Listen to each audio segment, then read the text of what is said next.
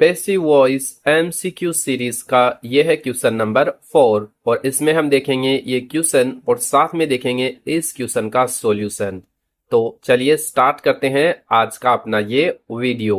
Question number 4, choose the correct passive voice, the teacher will check the homework.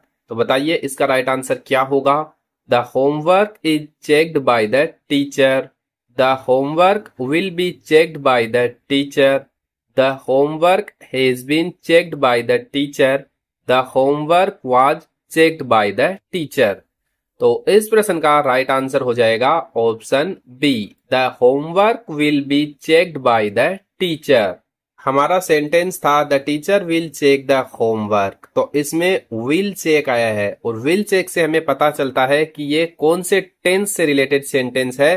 तो ये future indefinite tense से related sentence है और future indefinite tense related sentence का अगर passive voice बनाना है तब हम रूल लगाते हैं विल बी प्लस वर्ब की थर्ड फॉर्म। तो हमारा स्ट्रक्चर क्या हो जाएगा इस सेंटेंस को पैसिव वॉइस में कन्वर्ट करने के लिए, object plus will be plus verb की third form plus by plus subject. इसमें हमारा सब्जेक्ट क्या था, द टीचर, वर्ब क्या थी, विल चेक यानी चेक, और ऑब्जेक्ट क्या था, द होमवर्क।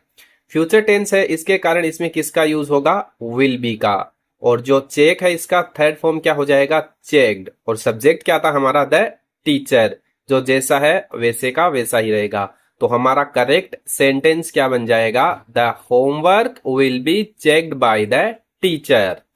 तो इस वीडियो में हम यही क्वेश्चन देखेंगे। अगर आपको हमारा ये वीडियो अच्छा लगा है तो वीडियो को लाइक करें और इस टाइप के क्वेश्चन देखना चाहते हैं तो हमारे YouTube चैनल को सब्सक्राइब जरूर करें।